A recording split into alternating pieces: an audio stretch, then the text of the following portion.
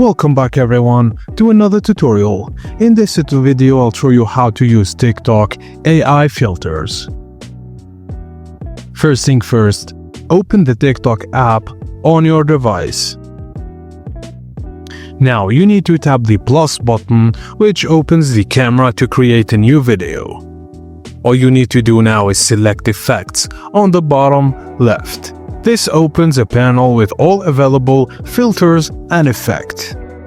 Now tap the magnifying glass and search for keywords like AI, AI face, AI style, AI filter, etc.